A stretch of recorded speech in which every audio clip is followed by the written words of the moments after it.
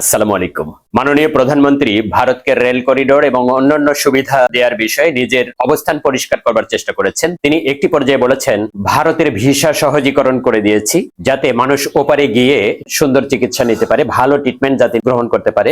ভালো কথা, তার কথায় যদি ভারত ভিসা সুবিধা সহজীকরণ করে তাহলে এটা তো ভালো, কিন্তু প্রশ্ন হচ্ছে প্রধানমন্ত্রী কেন আমাদেরকে চিকিৎসা নিতে ভারতে যাওয়ার ব্যবস্থা করে দিতে চাচ্ছেন?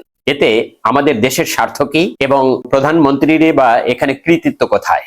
মেডিকেল সায়েন্স এটা তো সারা বিশ্বে একই রকম, মানব দেহ তো ভিন্ন না। ভারতের মানুষ, বাংলাদেশের মানুষ, ভুটানের মানুষ, আমেরিকার মানুষ সব একই রকম। আমেরিকার মানুষের বডির মধ্যে যে পার্টস পত্র আছে, ইন্ডিয়ার মানুষের মধ্যেও সেই একই জিনিস আছে, কোনো কম বেশি হয় না। বাংলাদেশের মানুষের মধ্যেও একই রকম জিনিসপত্র আছে। ইন্ডিয়াতে যেভাবে মেডিকেল সায়েন্স পড়ানো হয়, আমেরিকাতেও নিশ্চয়ই একই পদ্ধতিতে মেডিকেল সায়েন্স পড়ানো হয়, যেহেতু মানব দেহ এক, মানুষের ভেতরে যে পার্টস পত্র আছে সব সেম। বাংলাদেশেও নিশ্চয়ই তাই। এখানে যারা চিকিৎসক হচ্ছেন, যারা ডাক্তারি পড়ছেন, তারা সারা বিশ্বের মতো একই রকমের কারিকুলাম, একই ধরনের শিক্ষা। এখানে ভিন্নতা হওয়ার আসলে কোন রকমের কোনো সুযোগ নাই, যেহেতু হিউম্যান বডি এর ভেতরে যে পার্টস তার সবকিছু সেম। তাহলে ভারতে আমরা কেন চিকিৎসা নিতে যাব? আমাদের মেডিকেল কলেজগুলো থেকে আলাদা কিছু পড়ানো হয় ভারতের মেডিকেল কলেজের থেকে? সিঙ্গাপুরের এলিজাবেথ মেডিকেল কলেজের যারা ডাক্তার, আলাদা কোনো মেডিকেল সায়েন্স তারা পড়েছেন? হিউম্যান বডি কি সেখানে ভিন্ন?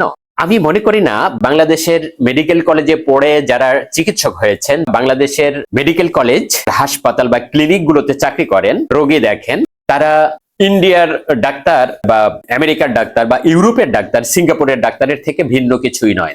একই চিকিৎসা পদ্ধতি, একই মানব দেহ, একই যন্ত্রপাতি, সবকিছু এক। তাহলে আমার দেশের প্রধানমন্ত্রী কেন প্রতিবেশী দেশে আমাকে চিকিৎসা নেয়ার জন্য উদ্বুদ্ধ করছেন? তিনি কেন রাস্তা তৈরি করে দিচ্ছেন? তিনি কেন বলছেন যে আপনাকে প্রতিবেশী দেশে চিকিৎসা নেয়ার সুযোগ করে দিলাম? আমাদের দেশের চিকিৎসা ব্যবস্থা কোথায়? আমাদের দেশের ডাক্তাররা কেন পারে না? আমাদের মেডিকেল কলেজগুলো কেন পারছে না? আমাদের ক্লিনিক গুলো কেন পারছে না? আমাদের ডায়াগনোসিস গুলো কেন ভুল? এত এত দুর্বলতা কেন? তিনি সেই দিকে নজর না দিয়ে তিনি ভারতে যাওয়ার পরামর্শ দিচ্ছেন, সুযোগ করে দিচ্ছেন এবং এটাকে তার অ্যাচিভমেন্ট হিসেবে গণ্য করছেন। এটা কি আসলে অ্যাচিভমেন্ট? ধরে নিলাম তিনি এই সুযোগটা দিলেন এবং অ্যাচিভমেন্টটা তার। তাহলে এই সুযোগটা কত পার্সেন্ট মানুষ গ্রহণ করতে পারবে? 18 কোটি মানুষ, কতজন মানুষ ইন্ডিয়াতে চিকিৎসা নিতে পারবে? যারা নিম্ন আয়ের মানুষ, মধ্যবিত্ত সবাই না, তারা কি ইন্ডিয়াতে চিকিৎসা নিতে পারবে? তাদের এই সামর্থ্য আদৌ আছে? মনে হয় নাই। ভিটে মাটি বিক্রি করে মানুষ ইন্ডিয়াতে চিকিৎসা করতে যাবে, তিনি এই সুযোগটা করে দিবেন। এটা অ্যাচিভমেন্ট হলো? ইন্ডিয়াতে চিকিৎসা যারা গ্রহণ করতে পারে তারা যাবে, কিন্তু বাংলাদেশের চিকিৎসা ইন্ডিয়ার মানের কেন হলো না? এটাকে নিয়ে আপনাকে ভাবতে হবে। সরকার যন্ত্রে যারা আছে তাদেরকে এই বিষয়টা নিয়ে ভাবতে হবে। বিদেশে আমাদের রোগীকে না পাঠিয়ে দেশের চিকিৎসা পদ্ধতি, দেশের চিকিৎসার যে সিস্টেম, দেশের চিকিৎসার যে দুর্বলতা, সেইগুলো দূর করেন, সেই দিকে নজর দেন।